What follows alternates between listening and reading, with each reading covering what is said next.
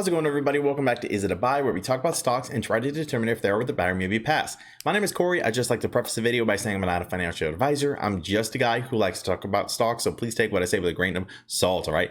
Let's get into the video. Guys, so to continue in our series of what the heck was Robinhood doing, Robinhood shenanigans, we're going to talk about how and why the Vlad Tenev, the CEO of Robinhood, had his phone confiscated. Okay, so they seized his phone, and so remember, we talked about how they had a $65 million fine from the SEC to Robinhood, then a record $70 million fine from FINRA, and now the phone was taken from the CEO, from Vlad. And so let's get into it. So we can see Robinhood says it is being widely investigated over its role in January's GameStop bonanza. It is subject that, they're subject to at least 49 class action lawsuits. Okay. Before we get into this, I do want to talk about what an S1 is. So keep in mind, Robinhood is trying to go public. We're going to get into that in a second. And so they're trying to IPO. And so an S1 is basically a form. So it says an SEC form S1 is an SEC registration required for U.S. companies that want to be listed on the national exchange. It is basically a registration statement for a company that is usually filed in connection with a an initial public offering. And so any amendments or changes that to be made. Okay, so that and okay, so basically, from my understanding, for an S1, they have to submit everything going on with the company, the good, the bad, and the ugly, right? Everything. And so that's a lot of this information, from my understanding, comes from that. That's what it seems like. Okay, let's get into it. So talk about what Robinhood is and about their record fine on Wednesday. But by the way, this is kind of not the newest news, but we're still covering it anyways, just because there's a pattern here and I want people to see the pattern. July 1st, 2021. This is a Vice article here, and we can see here that, so let's see, in its filing documents, the company admits that many of its customers are furious about how it handled January's GameStop stock bonanza and is currently subject of at least 49 class action lawsuits related to trading restrictions it placed on the stock in January, right? GameStop, AMC, there were several different stocks that they halted trading on. You were not allowed to buy for a little while. You weren't able to buy any, and you could buy one for GameStop for a few days, and then they upped it a little bit. For AMC, you could only buy 10 shares, and it was only and for other stocks, it was restricted as well. It was insane, and that was only after they a little while, because remember, they halted the buying. You could only sell. It's just unreal. It's in my opinion, I think it's the definition of stock manipulation, right? If 90%, 95% of the people who own a stock or in one brokerage, brokerage says, well, you can't buy, you can only sell. There's only one way that the stock can go, right? It just the way it goes. Let's go ahead and continue, because I'll talk about that all day. The company also said it's under investigation by a series of regulators, state attorneys general, the SEC, and the Department of U.S. Justice in proceedings associated with the trading restrictions. The company said its CEO, Vladimir Tenev, has also had his cell phone seized by federal attorneys, right? Seized. So this is very interesting. Now, granted, there's a whole bunch of speculation that can be done in here. We don't know. Let's just tinfoil hat for a second. Just bear with me here. Let's say we say, okay, he got a text from the CEO of Citadel, good old Kenny G, and the text says, hey, we need you to halt trading, whatever they say. You can imagine what they said. We need you to halt trading on the following stocks immediately. I highly doubt that would have been over text. But who knows? I mean, it could be in a like a WhatsApp kind of a different texting app or something. Maybe they're going to look at call logs around that time, see if there was any kind of call. I mean, either way, things could be deleted. Things could be still in there.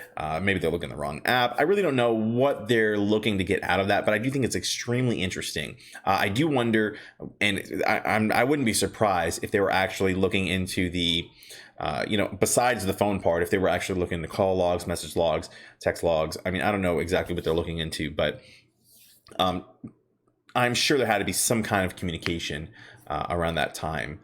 So all will be revealed, I think, one day, but that day is not today. So we'll see.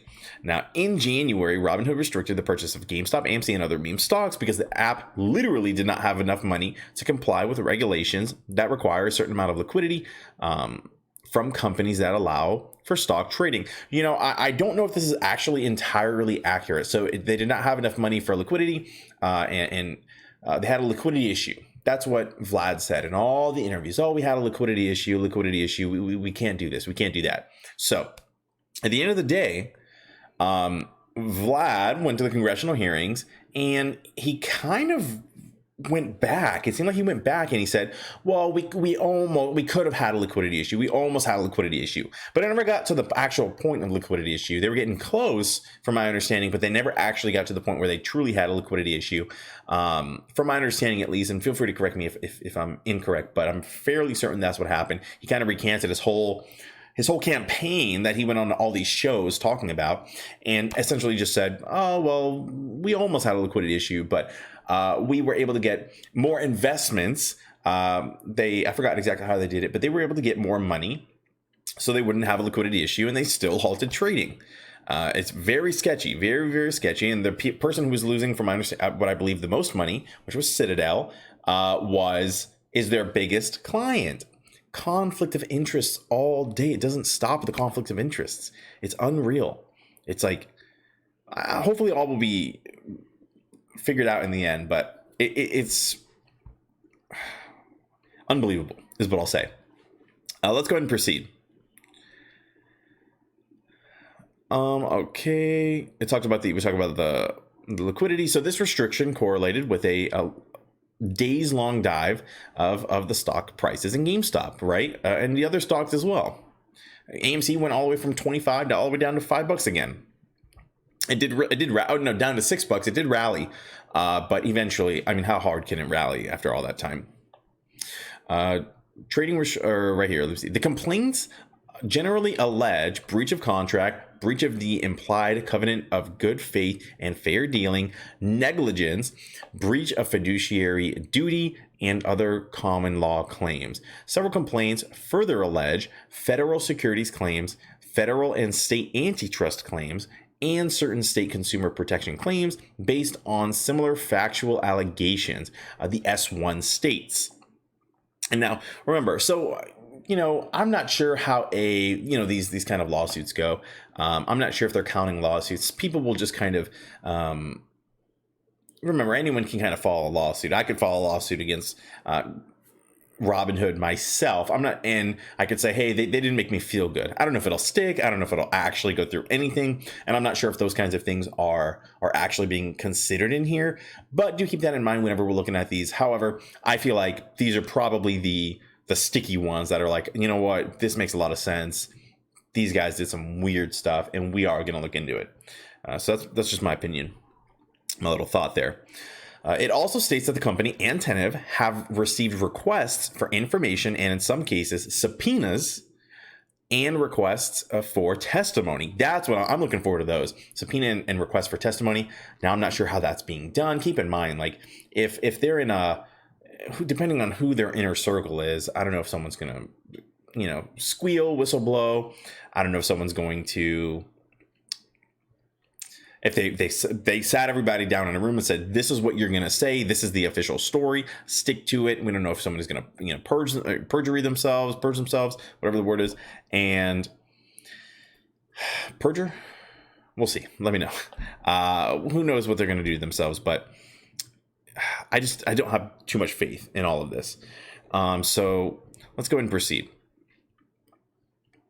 Let me see. Related to the investigations. Okay, we'll go ahead and skip over this part because this is just saying what's going on. Oh, okay. I guess at the end it says, also a related search warrant was executed by the USAO to obtain Mr. Tenev's cell phone. Again, just too funny. I wonder how that even works. Do they take the cell phone? Can he get a new cell phone and like use that? What kind of phone is he using? I don't know how this stuff works. If anyone knows, please let me know, because just I'm sure it's probably saved to the cloud and he just gets a new phone, or why couldn't they? I don't know how that works, honestly. Is you just without a phone for a little bit? And what do you say? Hey mom, like, sorry, like I can't talk right now. Or I'm sorry, this is my new number. The feds took my phone, so we'll see how that goes. I don't know. It's what a funny thought. Due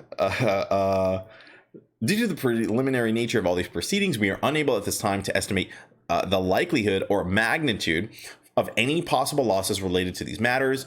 And it's going to be tricky. That's the trickiest part of everything. Because I was in that first squeeze. I was caught up in the middle, just being whirled around. I don't know what the heck was going on. And, let's say I'm like, you know what? I want to sue Robinhood. I could have sold out at $25. I got in at $2. I could have sold out at $25. I want my money back. Well, would I have sold at $25? Like, I didn't. In hindsight, do I wish I would have sold at $25, bought back down at $5, and then wrote it back up, and then sold again at $15, $20, whatever it went to again, and then, wrote it a few times? Well, sure, right? But no one knows which way it's going to go, right? I had a really good position. I wanted to keep my position. I didn't want to play it up and down because you don't know what's going to happen. And I just kind of held strong. So I held from 2 to 25 and everywhere in between, back down and to 5, and look at us now.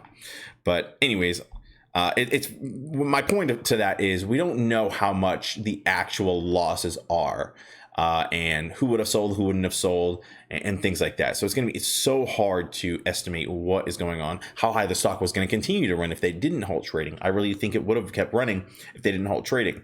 So there's a whole bunch of different things going on there. The company said that the incident was bad for the company and resulted in negative media attention, customer satisfaction, litigation, and regulatory and U.S.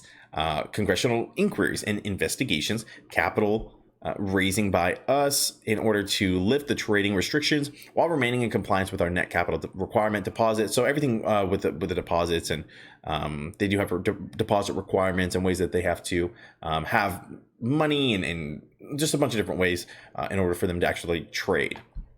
We cannot assure that similar events will not occur in the future.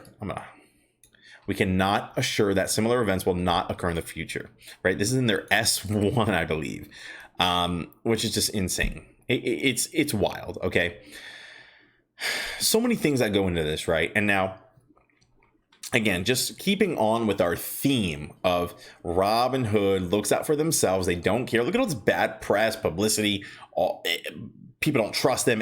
A lot of people left them. Their brokerage. I left their brokerage. Everything that's been going on, all of it. And at the end of the day, they don't seem to care. I don't see much remorse. I don't see any apology or hey, we didn't handle that well, or I don't see anything from this company that makes me feel warm and fuzzy inside, right? Which is why I left.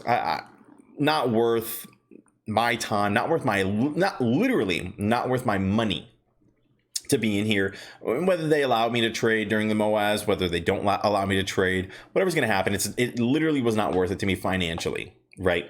And so now what is going on? Remember, these guys are looking at IPO. It says Robinhood, announced it intends to go public Thursday. I don't know if they announced it previous Thursday or if it's actually this Thursday that they're going live or IPO. But something I did want to talk about is being extremely careful. I've seen too many comments, and I've been saying this for months. I've been seeing too many comments saying we're going to short the Robinhood IPO whenever it comes out. We're going to short it. My personal stance, you do whatever you'd like, manage your risk. My personal stance is I'm going to stay as far away from it as possible. I don't want to touch it. I don't want to look at it. I'll follow it, of course, because it's going to be extremely interesting. These guys are in a terrible position. Who knows if they're going to go bankrupt? Who knows what's going to happen? I don't know what the entities that are reviewing everything that they did, that is going on, SEC, and all the attorneys and stuff like that. I don't know if there could be any catalyst that could make them go under or what could happen, but I'm not going to short it because For all we know, Citadel, other whales, even whales that are long on AMC, for all we know, all the apes are going to try to short it, and like truly short it, not put puts in, but actually short it. And if they try to go long, if Citadel goes long, all these other companies go long. Remember, it costs them nothing to hold if they're long, but if they're short, it costs the apes short interest, and the apes will have to pay that short interest. And if the squeeze hasn't happened by then, that short interest is going to eat up a lot of the apes' money. And if it eats up a lot of the apes' money, then the apes are going to be in a bad position. Okay, I don't want to be in that position personally. I would hate for the apes to be in that position. It eats up all their capital, and then now the squeeze has less juice or whatever it's going to have, less rocket fuel. They can wait us out, okay, in a short squeeze situation if we are short on Robinhood, right? Now, remember, puts have limited loss. You can only lose so much money. And that's that. So if you do want to play a put, it is a little bit safer as far as your losses go. But I'm just going to stay away from it. I spoke about this previously. I really don't care much for IPOs. I've been burnt before. Not really something that is excites me too much. They're fun to look at and think about, but not really something I'm gonna take a position in. So just for your own, do with that information what you will. Just my personal thoughts on it, all right? But that is what I have for you guys. Thank you so much for taking the time to watch the video. If you did like it, please consider subscribing. I'm doing my best to cover Robinhood, a little bit of crypto, GameStop, AMC, the MOAS, all this crazy stuff, short stocks, and we're going to be covering other stocks as well, okay, as soon as this thing is over. I have a lot of great ideas, all right? So that is that. If you want if you know people who are still in Robinhood and you want to save them or try to save them or whatever you want to do, just be sure to like the video. This way they can help the algorithm, people can see it, the good stuff. But thank you guys so much for taking the time to watch the video again. Have a great day. Peace.